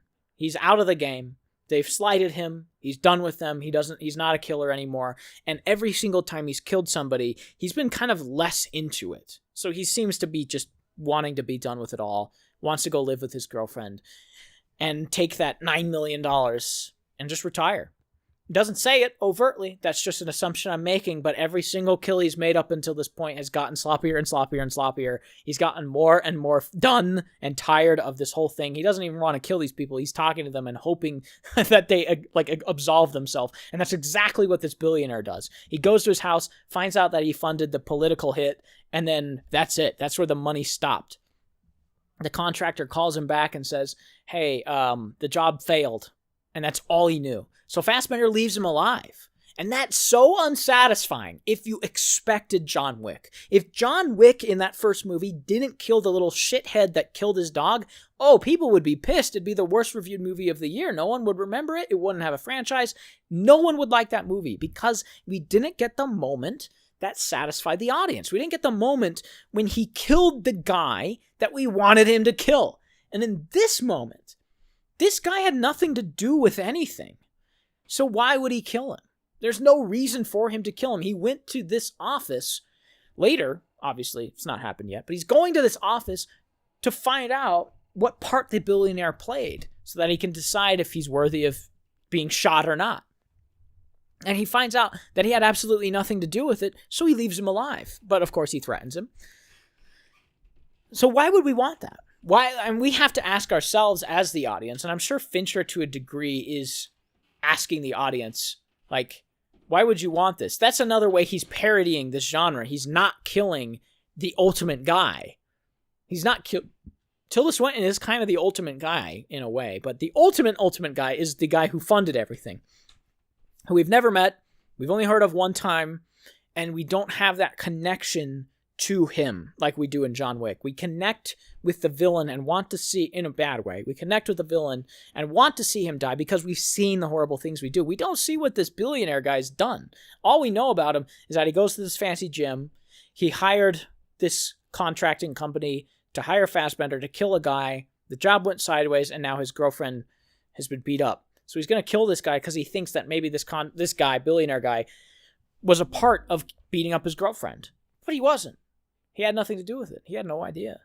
So Fincher is telling the audience and, poking fun at the fact that the final guy, the big boss, is left alive, which never happens in these revenge movies. He's telling the audience, like, why do we want that? Why would we want him to die? There's no reason for it. He had nothing to do with it. Why would he want him to die? Like, there's absolutely no point in Fassbender killing him, so he leaves him. And that's the only way that this movie can end, really, if you think about it. If you think about everything that we've been talking about, everything that the movie's been doing, every little detail that Fincher has put in it, all the subtleties, all the stupid little jokes he's been doing, the silly little campy things, there's no other way you could have ended this. If he had killed that guy, it would have been more unsatisfying than leaving him alive.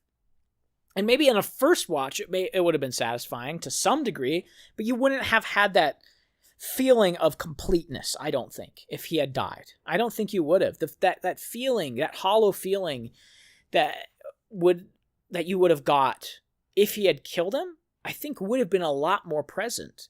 Because if he kills him, you go, okay, so now the job's over. But because he didn't, that forces you to reevaluate things. That forces you to reevaluate the whole mission, the whole point of the movie, the reason for it being, the reason why he's there. It forces the audience to think about things beyond just, he murdered this guy. If he had just murdered that guy, I don't think there's any reason to think about the movie beyond that. I think it would have just ended there. It would have been a nice looking, well-made, crafted, well-acted movie, and beyond that, it might not have been much else if he had killed him. I think that is crucial. It's the keystone of the movie. It really is. And it's so difficult to describe properly if you don't get the joke here. And I've talked about that so many times here, but you really do have to be in on the joke.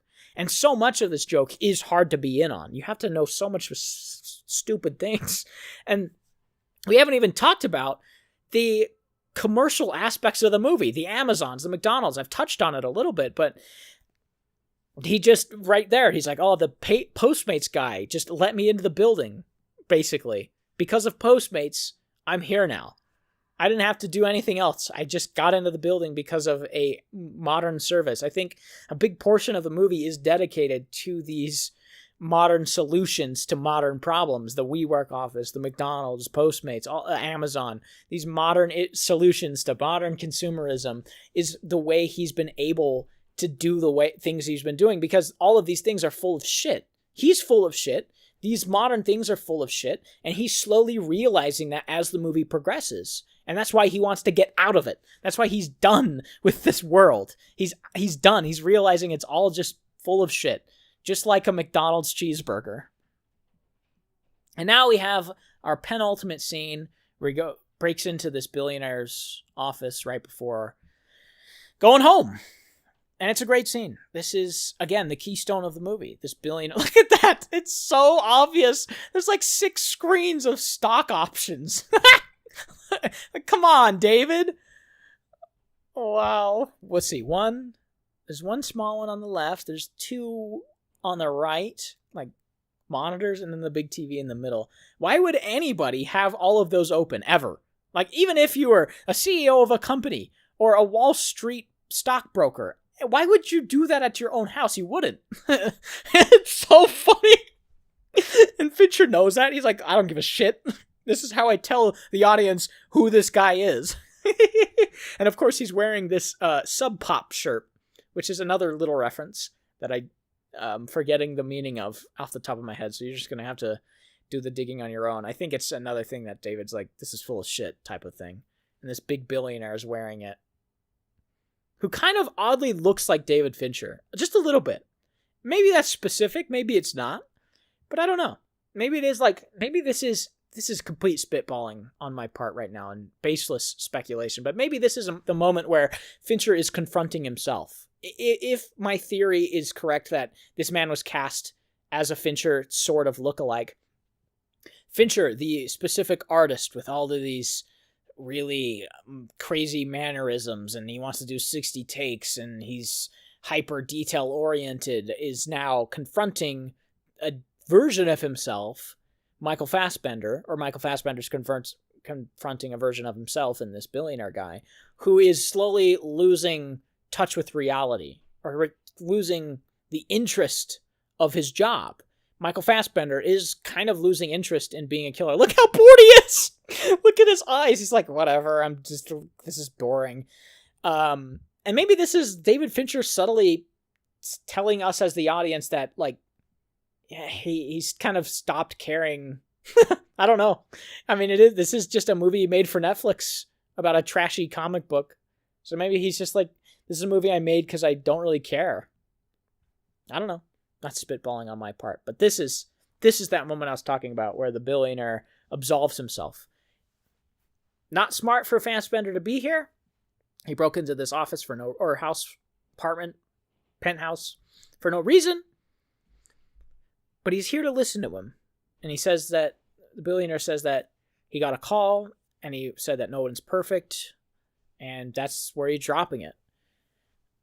And apparently it is a very rare case. It's a very rare case that Fassbender messed up his job.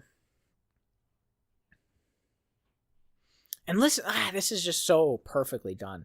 He's just sitting on the couch. They both look, in a way, defeated. Fassbender looks bored. Fassbender doesn't seem to care about being there, but he wants to hear him out. And then the billionaire is like, oh man, this is coming back to bite me in a way. He's like, ugh, dang. I thought that this insurance money that I had paid would sever me from this exact thing happening. And now this guy's here and I don't really know why. And Fassbender's like, ugh, so this guy doesn't really know why. Why am I here? I'm bored of this anyway. And I love this line. And I love the delivery from Fassbender. I love the delivery of this guy saying, oh, we're good. But I love the delivery of him saying, you have no idea why I've broken into your house. Or here, I'm curious. I break into your home in the middle of the night with a silenced pistol. And you have no idea why I might be here. That's awesome. That's awesome. That's giving us such a great peek into his mind. And there he just leaves. Because he knows that he's really good at reading people, is what what you can find out for the rest of the movie, what I've found out on multiple watches, he's really good at reading people and understanding true motives and when people are telling the truth. And right there, he clocks him as, yeah, he's being honest here. He has no idea why he's there. He wasn't a part of the two that went and beat up his girlfriend. He's just a billionaire guy who wanted to make some extra money, I assume. And now this killer's in his room and he has no idea why. And Fassbender clocks that and just leaves him. And that's awesome. That's wonderful. It's just the best, man. How could you not like this? How could you want that guy to die at the end? If you wanted that guy to die at the end because you felt unsatisfied for whatever reason that he didn't, you missed the point. Utterly and totally misread the movie. And maybe even I have misread some of the movie. Obviously, I've cast my own assumptions onto it in many, many, many places. Just like that billionaire guy. I've assumed that he's done that job or hired that job so that he can make some extra scratch. But I think that's a fair assumption. But everybody's going to have their own expectations and assumptions about the movie. And now we have this awesome scene at the end with no dialogue. So much of the movie, no dialogue. Just stylish, silent film, more or less.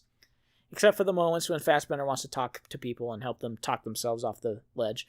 So we get this moment. He brings his girl this coffee and then just sits next to her. And this is paradise. The paradise that he has fought to win. He's got all his money out of his account to the Dominican Republic and a Caribbean account. And he can just retire with this beautiful woman, knowing that all the loose ends are sort of tied up. And anybody that wants him dead, he's taken care of. Maybe the police will come get him. Who knows? But it doesn't really matter. And he says that he's one of the many, telling the audience that he has changed. That's the most obvious that Fincher has been in the whole movie, that he's one of the many. So that's it. That's The Killer. Thank you for listening to this audio commentary track, pushing 2 hours. If you made it to this point, which maybe one person has, thanks for listening. If you've listened to it with the audio only, just on YouTube Premium or wherever you're listening to it, it's probably just on YouTube. I don't know. I don't know what I'm doing with this. Thank you for listening. Thank you for watching. I hope that this was enlightening to some degree to the 2 people that finished it.